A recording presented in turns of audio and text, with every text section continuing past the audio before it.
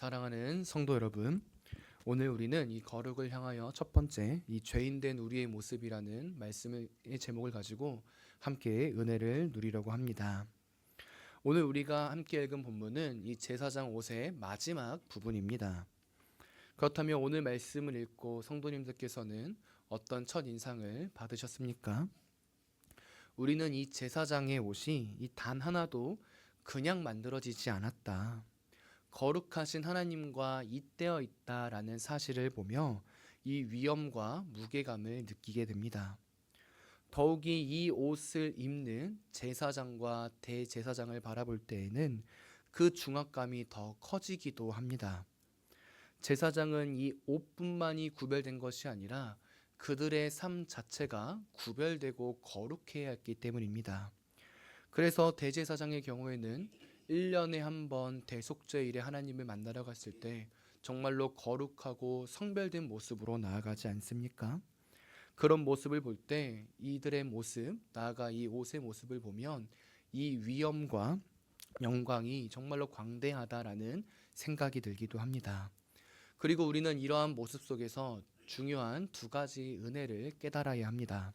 첫째는 이 이스라엘 당시의 제사장, 대제사장 그리고 이 옷들을 바라보며 이제 이 신약의 시대 그리스도로 말미암아 구원함을 얻은 우리도 그분을 통하여 거룩한 제사장, 만인 제사장, 왕 같은 제사장이 되었기 때문에 이 삶 속에서 거룩을 향해 나아가야 한다는 사실을 깨달아야 합니다. 우리 주 예수 그리스도께서 우리를 제사장 삼아 주셨기 때문에 이 세상을 제사장 나라로 세워가야 하는 것입니다. 우리의 삶의 모습을 통해 우리의 모든 모습을 통하여 이 세상이 하나님 보시기에 합당한 세상으로 우리가 만들어 가야 한다는 것입니다. 나아가 둘째로 우리는 이 대제사장과 제사장들의 모습을 보며 특히 또한 오늘의 이 제사장들의 옷을 보며 그들 역시도 죄인이라는 사실을 깨달아야 합니다. 그들의 옷이 다르고 그들의 모습은 다를지라도 그들 역시 속죄가 필요하고 은혜가 필요한 한 사람의 죄인이다라는 사실을 깨달아야 하는 것입니다. 그리고 그 사실을 오늘 말씀과 내일 새벽 예배 말씀을 통해 알아보려고 합니다. 첫 번째 그 거룩을 향해 나아가야 되는 모습은 내일 말씀을 통해서 볼 것이고요. 오늘 이 죄인됨의 모습을 살펴보는 것은 오늘 말씀을 통해 우리가 확인해 보려고 합니다. 그리고 이 말씀들을 통하여 하나님 앞에서 세상 앞에서 우리 교회가 거룩을 향하여 나아가는 귀한 교회가 되기를 간절히 소망합니다. 오늘 본문 말씀을 한번 자세히 보도록 하겠습니다. 말씀드렸다시피 오늘 본문은 이 제사장의 옷의 마지막 부분에 관련된 말씀입니다. 어떤 옷을 하나님께서 만들라고 명하십니까? 크게는 겉옷과 머리의 폐와 이 속옷에 대하여 이야기해 주고 있는데요. 먼저 겉옷을 어떻게 만들라고 명하십니까? 31절을 보면 전부 청색으로 만들고 이 머리가 들어갈 수 있는 구멍을 내되 찢어지지 않고 통으로 만들라고 명하십니다. 또 나아가 그 가장자리에 청색, 자색, 홍색 실로 석류를 수를 놓으라고 말씀하셨고 이 금으로 인하여 이 금방울을 만들어 그 가장자리 아랫부분을 다 덮으라고 말씀하십니다. 그리고 우린 여기서도 가장 귀한 금이라는 재료와 이 지성소 가까이에 만들어졌던 재료였던 이 청색, 자색, 홍색 실이 마지막까지도 사용된 것을 볼 때 이 제사장의 옷이 하나님과 이 거룩성과 잇대어 있다는 것을 보게 됩니다.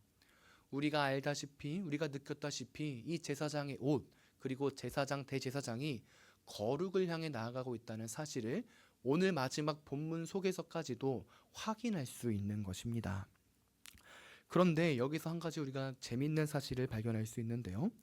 바로 이 제사장의 옷에 하나님께서 금방울을 달라고 명령하신 말씀입니다. 왜 하나님께서는 이 대제사장, 이 제사장의 옷에 방울을 달아서 소리가 나게 하셨을까요? 이 방울을 달면 걸을 때마다 소리가 나지 않겠습니까?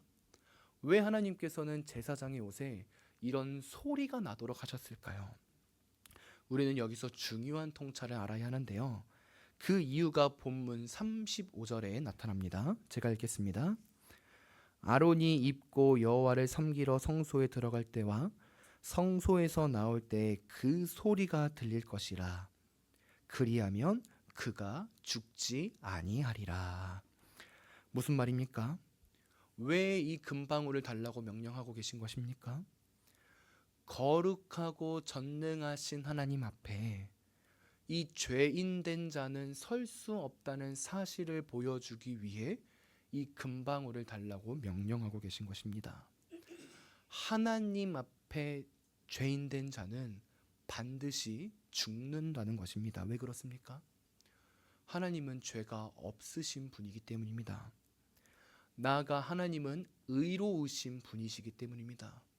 그렇게 그 의로우신 분 앞에 죄가 발견되면 그 죄는 설 자리가 없는 것이고 그 죄인은 죽을 수밖에 없는 것입니다. 대제사장도 마찬가지였습니다. 그들의 옷은 구별되고 그들의 직분은 구별될지 모르나 그들의 존재는 죄인입니다. 이 세상에 죄인된 자가 아닌 자가 없기 때문입니다. 그래서 하나님께서는 그들을 택하시고 구별시켜서 잠깐 하나님 앞에 서게 하신 것뿐이지 그들도 존재론적으로 죄인이라는 사실을 보여줌으로써 그들이 성소와 지성소 앞에 거룩한 모습이 아닌 죄된 모습으로 나올 때 죽을 수밖에 없다. 그리고 그 죽음의 모습을 금방울을 통하여 알게 하신 것입니다. 대제사장과 제사장은 하나님께서 그들에게 거룩성을 부여해 주신 것이지 존재론적으로 그들이 거룩한 존재가 아니라는 것입니다. 오늘 본문 41절의 이 기름 붓는 모습, 나아가 29장에서 이 관유를 붓는 모습을 통해 그들이 거룩함을 얻은 것이지 그들의 존재는 죄인이기 때문에 그들 스스로가 만약 하나님 앞에 나와서 죄된 모습으로 나아갈 때 거룩하신 하나님 앞에 그들은 죽을 수밖에 없다. 그리고 만약 그곳에서 죄된 모습으로 그들이 나아가서 죽게 된다면 그 금방울을 통해 그들의 죽음을 확인하는 모습을 나타내기 위해서 이 금방울을 단 것입니다. 거룩하신 하나님 앞에 죄인된 자는 죽는다는 것이고 거룩하신 하나님 앞에 그 죄인된 자는 대제사장, 제사장이라 할지라도 죽음을 면치 못한다는 것입니다. 사랑하는 성도 여러분, 우리가 볼 때 대제사장, 제사장은 위엄 있고 놀라운 존재처럼 보입니다. 맞습니다. 그들은 거룩하고 위엄 있는 존재가 맞습니다. 그러나 그럼에도 불구하고 그들은 죄인이었고 하나님 앞에 죄를 가지고 나아가는 순간 그들은 죽게 되었습니다. 거룩하신 하나님 앞에 어떤 피조물도 그 거룩함을 갖고 나아갈 수 없다는 것이고 그렇기 때문에 그들 역시도 속죄가 필요하고 은혜가 필요하다는 것을 보여주는 것입니다. 그리고 이러한 은혜는 우리에게도 적용됩니다. 우리도 마찬가지 아닙니까? 오랜 신앙생활을 하고 직분이 있는다 할지라도 제가 목사라는 직분이 있고 목사라 할지라도 하나님 앞에서 죄를 지으면 심판받습니다. 우리 아버지 하나님은 그 죄를 묵과하지 않으십니다. 그것이 하나님의 공의인 것입니다. 그래서 대제사장은 머리에 한 패를 단 것입니다. 어떤 패입니까? 바로 금으로 된 패인데 그 금으로 된 패의 도장으로 이렇게 새겼다고 합니다. 여호와께 성결이라 하고. 성결이 무엇입니까? 이 원어로 카도시라는 뜻인데요. 거룩하고 구별된 자라는 뜻입니다.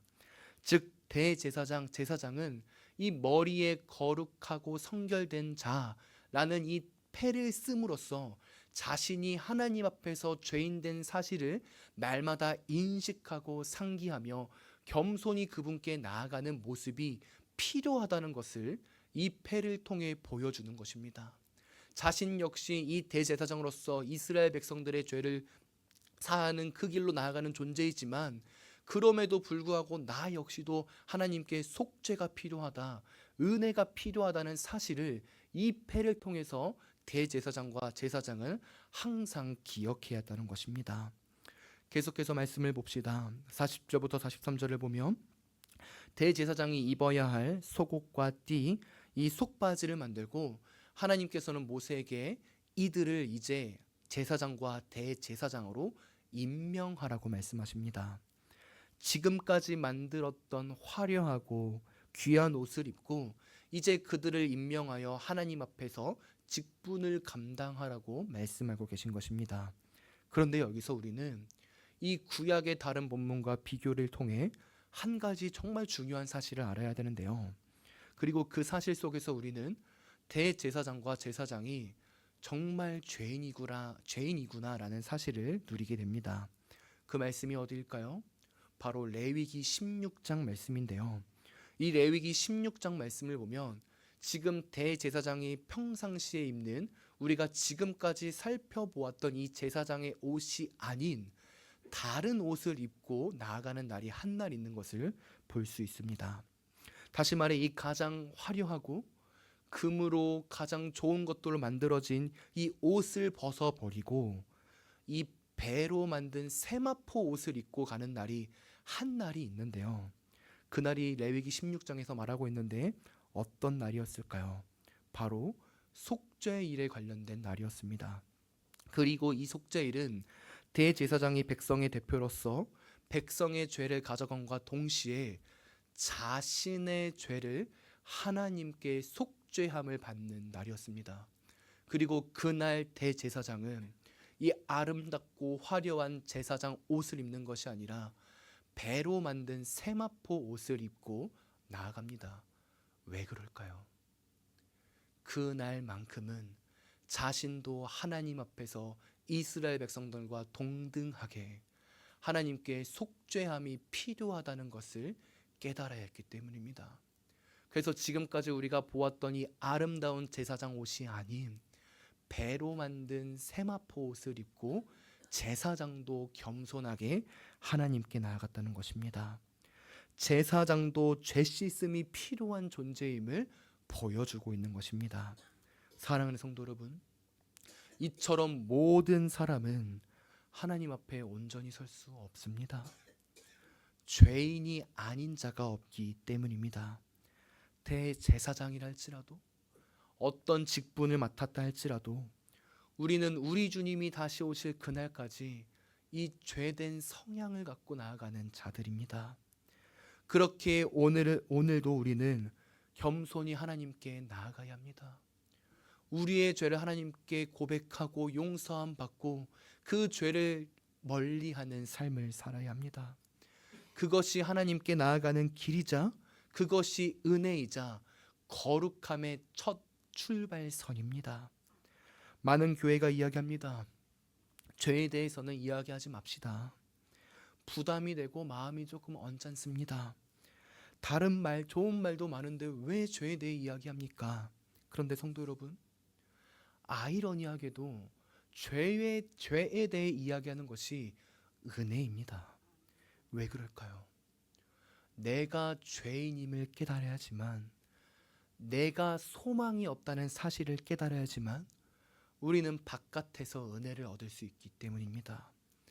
내가 소망이 있고 내가 잘나면 우리의 소망은 예수 그리스도가 되는 것이 아니라 내가 됩니다.